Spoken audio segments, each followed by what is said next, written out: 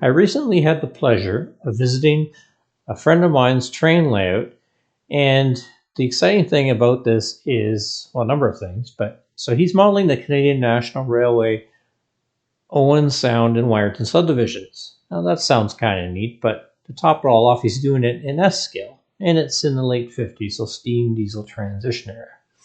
The interesting thing about S scale is a lot of people don't really know too much about it. It's about halfway between HO scale and O scale. So it can still fit into a basement size layout, and yet you still get that little bit extra size that you don't have maybe in HO in that, and then you get a little bit more weight to the railway cars and such. The downside of S scale is there's not a lot out there commercially. So people such as Andy end up having to either do a lot of kit bashing or actually build things from scratch, which he's quite talented at doing. So let's move on here. So basically, Andy sent me a summary of the layout, and I'm going to go over that briefly because there's a lot of information here, but I'll be fairly brief. So the layout is representation of the meeting of the CNR Owen Sound and Wiarton Subdivisions at the junction of Park Head, which there's a picture of it here, and I'll talk about this station and how he built it a little later. Parkhead Station was located in the middle of nowhere, surrounded by farmers' field. It was at the south end of a Y, so trains could arrive and access either subdivision. The layout room is 22 by 18 feet, and there is an extension outside the room to accommodate a 5-foot train turntable, which you can see in the upper level diagram here, represented by Palmerston.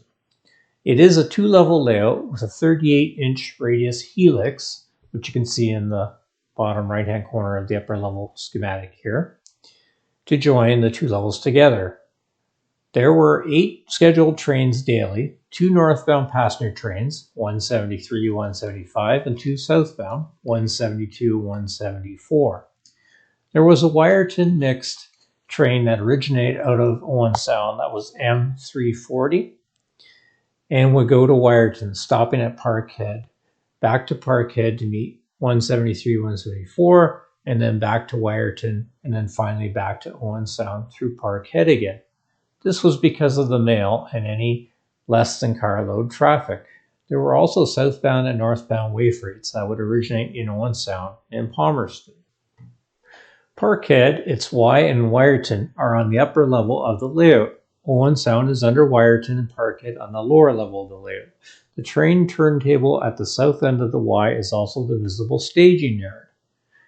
Andy is trying to be as accurate as possible with the equipment, architecture, and scenery of the times. However, since it is a mall railroad in S scale, he has had to do some selective compression and eliminate some towns along the way, such as Clavering and Hepworth.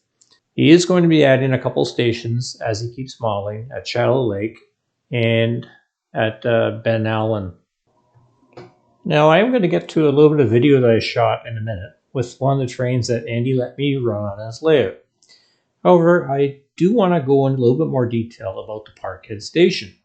So Andy kit bashed that station to make it look basically very accurate to what it actually did look like. And there's a great article, and it might still be available there somewhere, possibly as a back issue, in Mall Railroad Craftsman, August 2024. He tells you how he did it. Another thing you can check out, and I'll leave a link to that in the description of this video, is Andy's blog, where he goes into detail about the layout, such as what we've talked about here, but he also talks about some of the modeling techniques he's used, which are very interesting, like the fence that he built, if you saw that in the previous picture, which is built to, I believe, Grand Trunk standards. So he's very detail-oriented. He's also working on a flat, which is the RCA plant in Owen Sound, and it's a huge project. I was admiring that when I was there, as well as some of the steam engines and things that he's built, and trees as well. So I highly recommend check out his blog. You might be able to learn a few things about things you can do on your own train layout. So the train that I ran that day at Andy's place was train M340, the mixed freight, as I alluded to earlier. Now, the mixed freight leaving Owen Sound, you can just see it off a bit to the left in the picture here. I actually kind of cut the coach off for the combine. Is engine 86 is a mogul, which is a 260 for you steam guys, or non-steam. That's basically the wheel configuration: 2 leading wheels, 6 driving wheels, and no trailing wheels. And trailing it is the combine coach.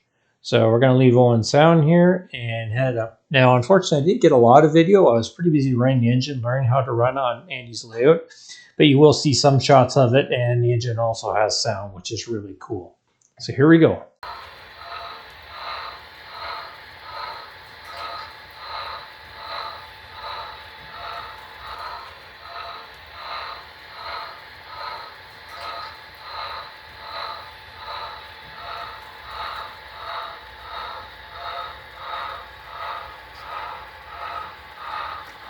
We're just going to leave it all there. What was the airtime? The Fenian War? Yeah, and then the other one, yeah, Fenian War and the 18th Fall. Yeah. And they actually never won a war on their own. Well, I never have. No, they've lost every single war of the Olympics. On their own.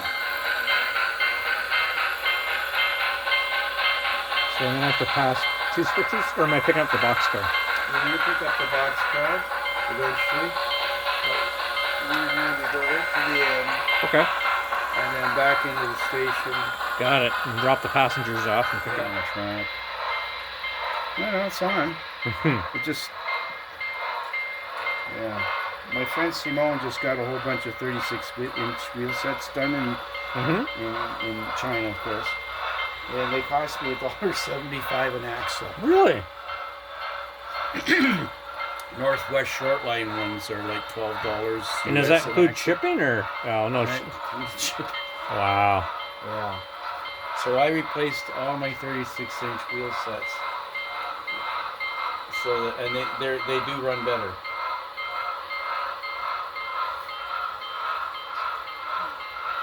Okay. Looking back down the station now. There you go. So direction. Yeah.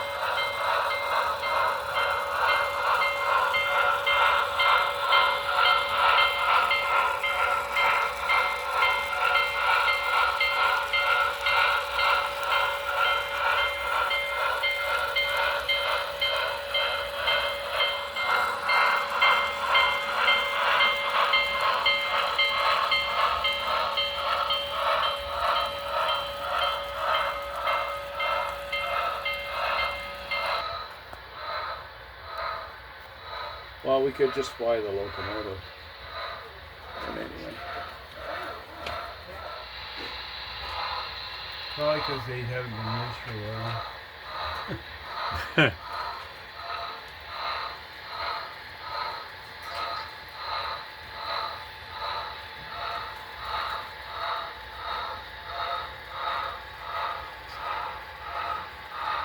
Yeah, we're just going to leave it all there. Well, I hope you enjoyed this video as much, or almost as much, as I enjoyed visiting Andy's layout. And thanks again, Andy, for both letting me show his layout on my channel and also for letting me run a train on his layout. Although it was a nice slow-paced train to run, I really enjoyed that session. It's different from what I model, but thoroughly enjoyable nonetheless.